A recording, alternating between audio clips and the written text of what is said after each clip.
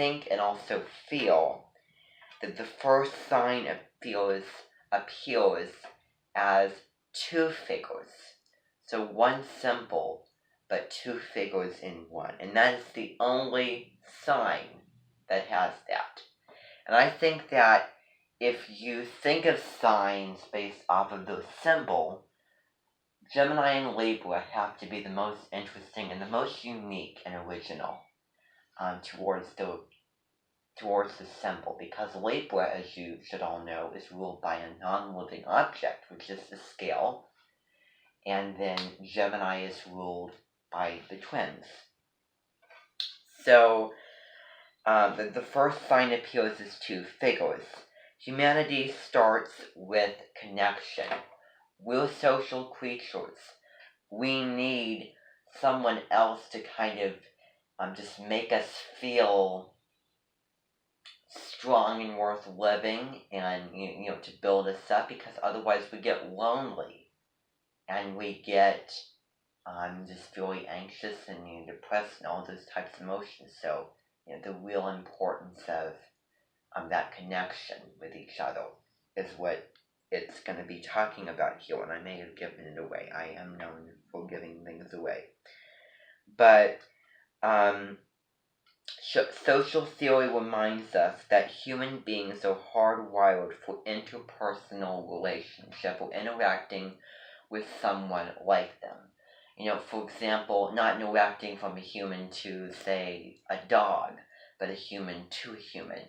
Interacting with another of the same species, or if you really had to break it down, a family member with a family member, or a family to a friend, or a friend to a friend, with something like that. So that's what it means by interpersonal relationship.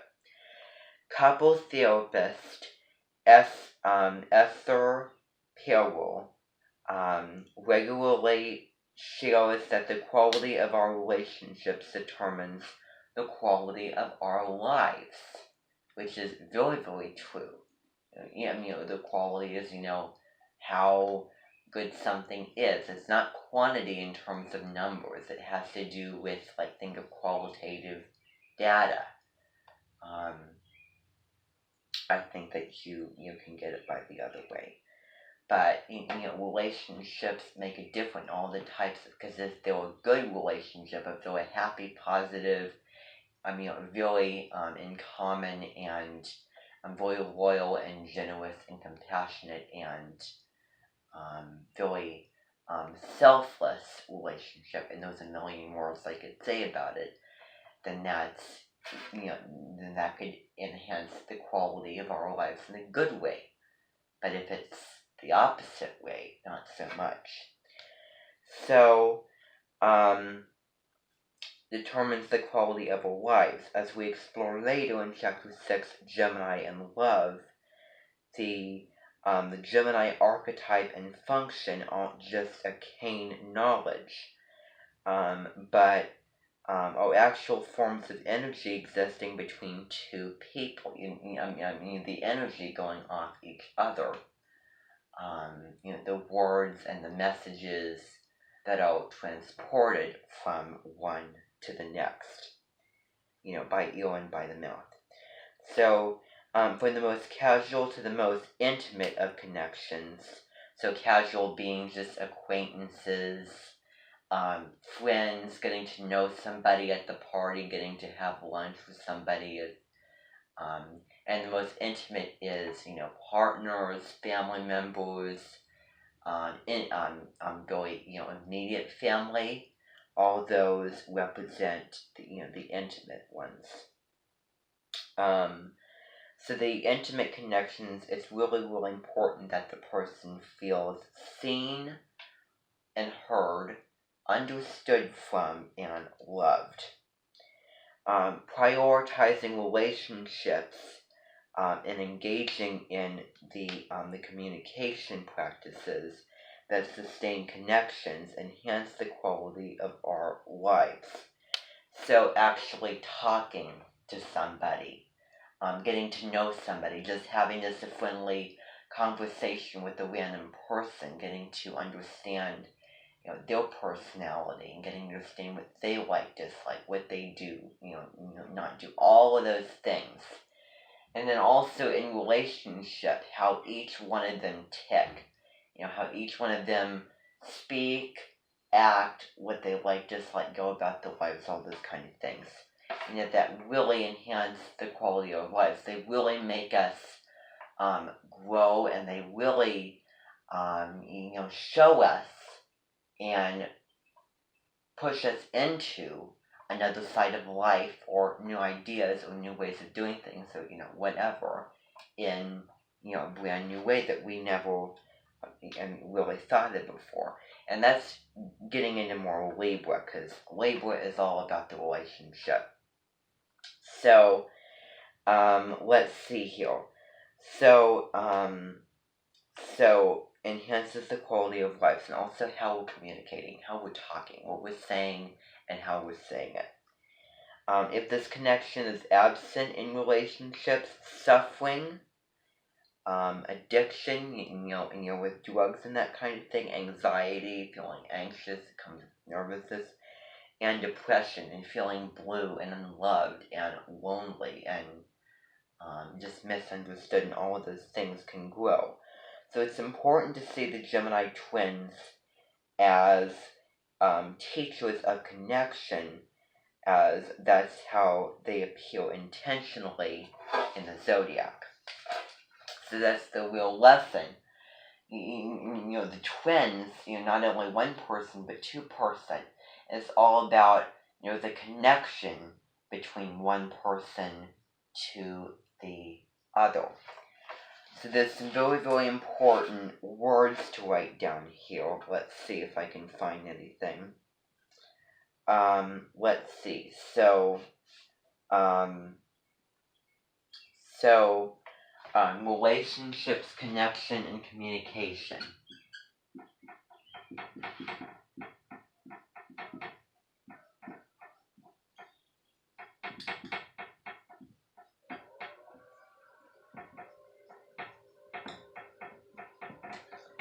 Those are some good words to write down for that. So now we understand the real lesson of Gemini, and the lesson of what the twins have to teach us through the Gemini's ability to talk to somebody, and its curiosity and shyness to really very fun, entertaining, and attractive, and really just someone who makes the party entertaining, for example, is really, really important to expand yourselves and get to talk to people and get to socialize and make new friends and understand others besides yourselves.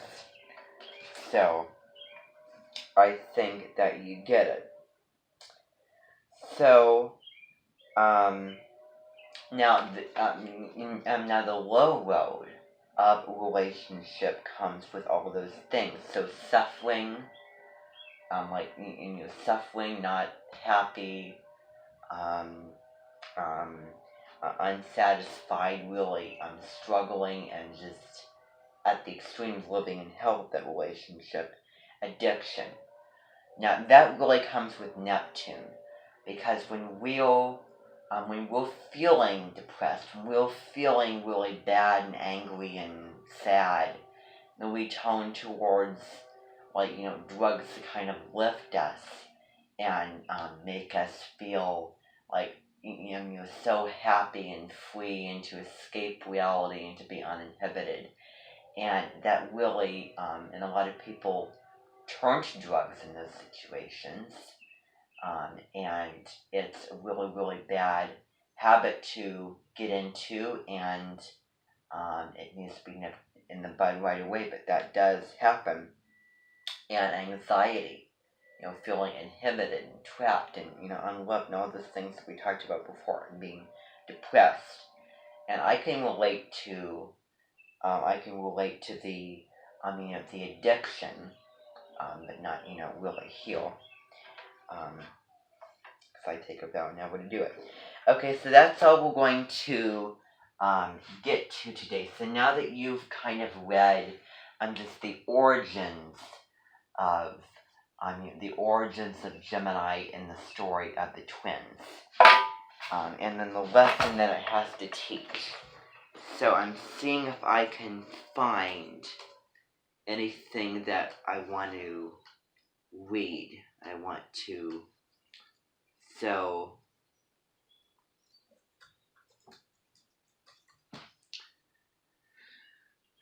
anything,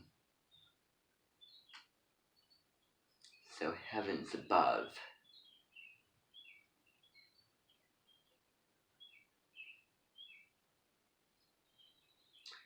So this website says the zodiacal constellation represents the twins Castor and Pollux. These were born from an egg after their mother Leda, queen of Sparta, had been seduced by Zeus, disguised as a swan. Although only half-brothers, Castor, the mortal son of Leda's husband, King Tyrindus, or whatever that is, and Pollux, immortal son of Zeus, were extremely close and together took part in many adventures. Sadly, on one of those days, Castor was killed. Pollux savaged Castor's murder, but it was so overcome with grief that he begged to be allowed to be with his brother in the underworld. Because he loved his brother so, he wanted to be together with him in death. He wanted to sacrifice himself only to be together with his brother who he loved, and that was very close to him, very special to him. Zeus, knowing the strength of their feelings and for once showing some compassion, granted this respect. We already know. So that's basically just the real synopsis of what it is, and if you're interested, then you can go and you can read more about that. But that's basically, where it is, and where we're going, and because you really need to understand the history and where something rooted, I think, before you get into it or while you're studying it.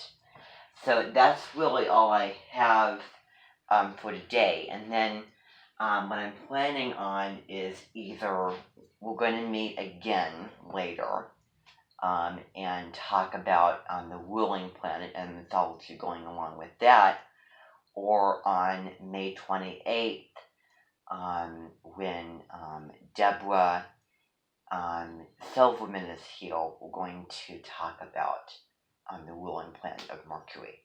So thank you all very, very much for coming in. You can all